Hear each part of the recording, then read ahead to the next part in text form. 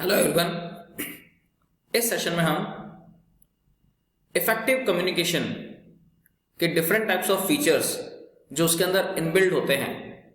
जो कि अपने आप में इफेक्टिव कम्युनिकेशन की डेफिनेशन को डिनोट करते हैं या रिप्रेजेंट करते हैं, उन डिफरेंट टाइप्स ऑफ फीचर्स को हम डिस्कस करेंगे कि इन सभी फीचर्स के अकॉर्डिंग जो कम्युनिकेशन होता है वो अपने आप में एक इफेक्टिव कम्युनिकेशन के रूप में रिप्रेजेंट करता है। जैसे कि अगर हम बात करें वर्बल कम्युनिकेशन की, तो वर्बल कम्युनिकेशन क्या है, जैसा कि हम लोग पहले डिस्कस कर चुके हैं। वर्बल कम्युनिकेशन अपने आप में एक ऐसा कम्युनिकेशन है जो कि दो या दो से ज्यादा लोग एक दूसरे से अपने थॉट्स को, अपने आइडियाज को जो है वो ट्रांसमिट करते हैं या ट्रांसफॉर्म करते हैं, यानी आदान प्रदान करते हैं। वो कम्युनिकेशन अपने आप में वर्बल कम्युनिकेशन कहलाता है। मीन्स जो सेंडर है, जो मैसेज सेंड कर रहा है, रिसीवर उसे रिसीव कर रहा है और दोनों वर्बली एक दूसरे से कम्युनिकेट कर रहे हैं, वो कम्युनिकेशन अपने आप में वर्बल कम्युनिकेशन कहलाएगा। सेम इसी तरह से कि इफेक्टिव कम्युनिकेशन में जो वर्बल कम्युनिकेशन होता है उसके थ्रू उसमें किसी भी प्रकार के कोई कॉन्फ्लिक्ट्स नहीं रहते हैं और यूजर डायरेक्टली अपने जो थॉट्स है, अपने आइडियाज को हैं, वो जिसको भी उसको ट्रांसमिट करना है उसे डायरेक्टली ट्रांसमिट कर सकता है और वो उसे इजीली अंडरस्टैंड कर सकते हैं। सेम इसी तरह से नेक्स्ट जो है वो है active listening. Active listening means कि at the time of conversation जो भी सेंडर और रिसीवर है वो अटेंटिव मैनर में रहते हैं। अटेंटिव मैनर मीन्स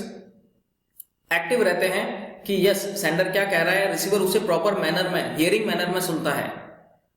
तो it's a main feature active listening, जिसके थ्रू वो इजीली उसे अंडरस्टैंड कर सके कि जो सेंडर है वो क्या कह रहा है और रिसीवर उसे एक्टिवली हियरिंग मैनर में, अटेंटिव मैनर में उसे सुनता है। तो वो भी अपने आप में इफेक्टिव कम्युनिकेशन का एक पार्ट है। सेम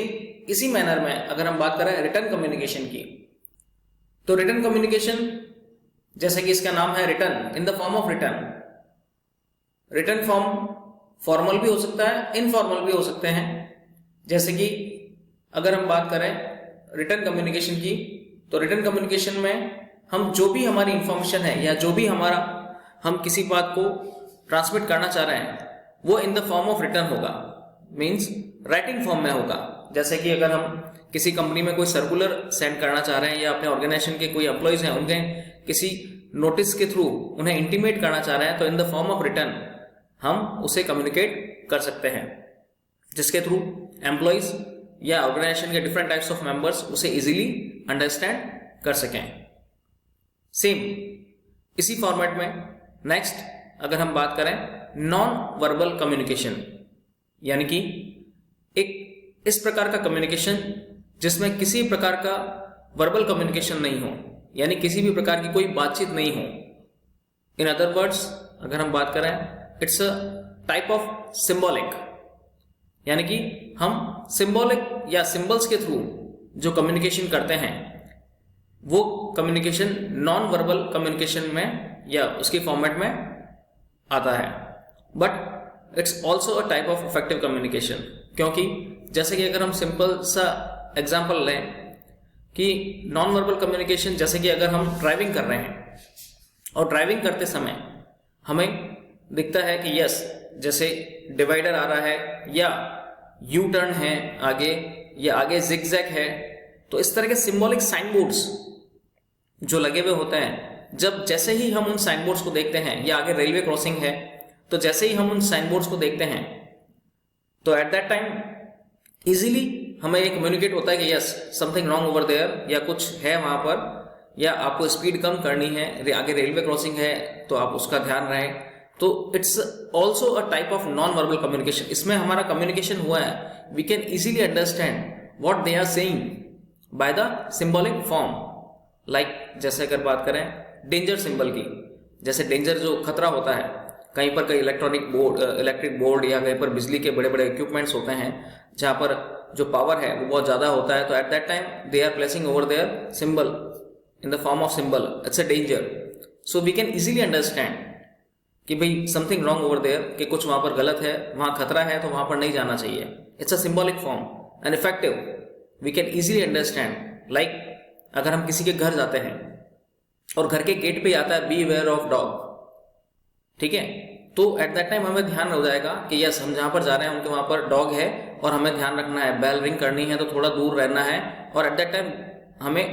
थोड़ा सही ढंग से डायरेक्टली घर के अंदर नहीं जाना है, जिससे कि हमें ध्यान रहे कि यस वहाँ पर डॉग है और हम लोग इजीली उस चीज़ को समझ सकें, उस सिचुएशन को अंडरस्टैंड कर सकें. It's a type of non verbal communication. और इसी में अगर हम बात करें प्रेजेंटेशन स्किल की, प्रेजेंटेशन स्किल मीन्स अगर हम किसी प्रकार का कोई भी डेटा या कोई भी मैनर या कोई भी टॉपिक या किसी प्रकार का कोई भी मैटर जो हम डिस्कस करना चाह रहे हैं, तो उसे हम एज अ प्रेजेंटेशन भी रिप्रेजेंट कर सकते हैं. जैसे कि जो बड़ी बड़ी ऑर्गेनाइजेशंस होती हैं वो अपने एम्प्लॉयज़ को डिफरेंट टाइप्स ऑफ मीटिंग्स में, सेमिनार्स में अपने जो कंपनी की जो स्टैटिस्टिकल ओरिजिनल इंफॉर्मेशंस होती हैं कि कितना प्रॉफिट हो रहा है, कितना लॉस हो रहा है, या कितना अपन ने परचेज किया है, या कितना स्टॉक हमारे पास में है, something different types of reports को अगर हमारे को रिप्रेजेंट करना हो हमारे ऑर्गेनाइजेशन के पर्सन्स के को, तो एट द टाइम ऑफ उसको हम लोग प्रेजेंटेशन के थ्रू भी रिप्रेजेंट कर सकते हैं. क्योंकि ये प्रेजेंटेशन अपने आप में किसी प्रकार का फोटो या इमेजेस के थ्रू भी हो सकता है, किसी प्रकार के विजुअलाइजेशन फॉर्म में या वीडियो के फॉर्मेट में हो सकता है, जिससे कि इजीली उसे अंडरस्टैंड किया जा सके, ताकि इजीली जो बात हम समझाना चाह रहे हैं वो इजीली कम्युनिकेट हो जाए, इजीली अंडरस्टैंडिंग मैनर में उनको समझ में आ जाए. ये प्रेजेंटेशन कितने भी प्रकार के हो सकते हैं, इन the form of audio, in the form of visual, may be anything. अब अगर हम इसी में बात करें next, patient education means, patient education means communication की अगर बात करें कि जैसे कि कोई एक नर्स है वो अपने पेशेंट को बताती है कि आपको किस किस तरह से जो है ध्यान रखना है, कब कब मेडिसिन लेनी है और किस समय क्या क्या प्रिकॉशंस रखने हैं. So it's also a type of communication जिसमें कि ये अंडरस्टैंड करता है पेशेंट के मुझे नेक्स्ट क्या करना है, क्या क्या टाइप के प्रिकॉशंस लेने हैं, कब मेडिसिन लेनी है. तो it's a hearing manner for him. Next, compassion means जो भी आप कम्युनिकेशन करना चाह रहे हैं बात, तो eight the time of communication अगर अगला पर्सन या दूसरा पर्सन या जिसको हम बात समझाना चाह रहे हैं तो वो अगर उसको हियरिंग मैनर में नहीं है या नहीं सुन पा रहा है, तो हम लोग उसको इजीली उस मैनर में समझाएंगे जिस मैनर में वो समझ सकता हो या इजीली उसे अंडरस्टैंड कर सकता हो. मीन्स मर्सी के थ्रू भी हम उसे इजीली समझा सकते हैं कि भाई मैं ये बात कहना चाहता हूँ, तो इस चीज़ के बारे में या कोई इस फॉर्मेट में या इस समझने के फॉर्म में नहीं है, तो उसे हम लोग इजीली दूसरे मैनर में, बहुत ही पोलाइट मैनर में उसे अपने कम्युनिकेशन के थ्रू उसे समझा सकते हैं. साथ ही साथ कल्चर अवेयरनेस. कल्चर अवेयरनेस एक अपने आप में ऐसा फीचर है जिसके थ्रू कि हम जब भी समवन टू अदर वन, किसी भी और दूसरे पर्सन से अगर किसी प्रकार का कोई कन्वर्सेशन करते हैं, तो एट दैट टाइम हमारा जो कल्चर है वो भी उसके साथ में रिप्रेजेंट होता है कि हम किस तरीके से अपने आप को रिप्रेजेंट कर रहे हैं. It's a culture awareness. हमें कैसे रिप्रेजेंट करना है, हम किस फॉर्मेट में हमारी बॉडी लैंग्वेज होनी चाहिए, it's all over included in this format. Next अगर बात करें personal connection. Personal connection means कि जब दो या दूसरे पर्सन, ज़्यादा पर्सन्स एक दूसरे से कम्युनिकेट करते हैं तो उनमें अपने आप में एक तरह का पर्सनल कम्युनिकेशन हो जाता है या पर्सनल कनेक्शन उनके बीच में हो जाता है कि भी वो क्या बात कहना चाह रहे हैं, क्या टॉपिक समझाया है हमारे को, या किस तरीके से है. Like student and teacher, it's also effective communication between both of them. It's a example of personal connection. जिस तरह से एक टीचर अपने स्टूडेंट को किसी भी प्रकार का कोई भी टॉपिक या कोई मैटर डिस्कस करता है, तो स्टूडेंट और टीचर के बीच में एक तरह का पर्सनल कनेक्शन बिल्डअप हो जाता है और वो इजीली हियरिंग मैनर में उस टॉपिक को या उस मैटर को जो है एक दूसरे से डिस्कस करते हैं और अंडरस्टैंडेबिलिटी फॉर्मेट में कन्वर्सेशन को कंप्लीट करते हैं. So it's also a feature of effective communication. Next अगर हम बात करें ट्रस्ट मीन्स विश्वास. मीन्स जैसे कि अगर अभी मैंने आपको पर्सनल कनेक्शन का एग्जांपल बताया कि एक टीचर और स्टूडेंट इनके बीच में एक तरह का ऐसा पर्सनल कनेक्शन स्टैब्लिश हो जाता है जिसके थ्रू जो है टीचर जिस फॉर्मेट को या जिस